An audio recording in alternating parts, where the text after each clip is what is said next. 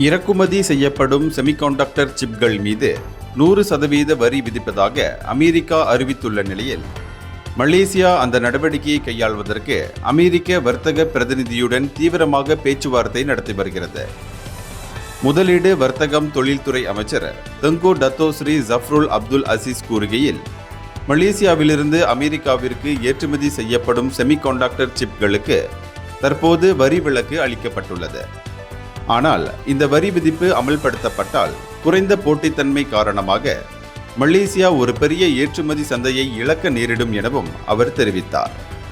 இந்த விவகாரம் தொடர்பாக அதிகாரப்பூர்வமான விளக்கத்தை பெற மலேசியா முயன்று வருவதாகவும், மேலும் முக்கிய ஏற்றுமதியாளர்கள் விநியோகச் சங்கிலியில் உள்ள தொடர்புடைய தொழில்களுடன் இணைந்து பணியாற்ற தொடங்கியுள்ளதாகவும் அவர் கூறினார்.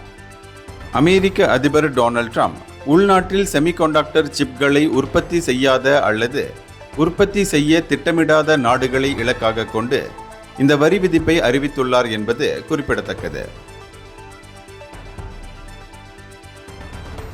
இந்தியர்களின் இதய குரல் மக்களோசை.